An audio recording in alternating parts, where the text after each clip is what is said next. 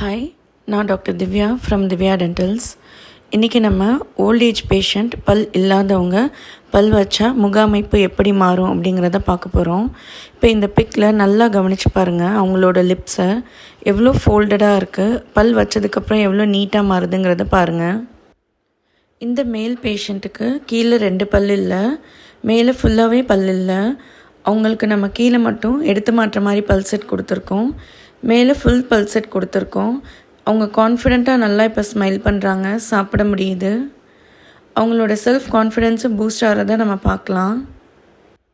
Happy சூயிங்கை establish பண்ணிட்டோம். அதே மாதிரி இந்த ஃபீமேல் பேஷண்ட்டுக்குமே மேலே கொஞ்சம் பற்கள் உண்டு, கீழே சுத்தமாக பல் இல்லை.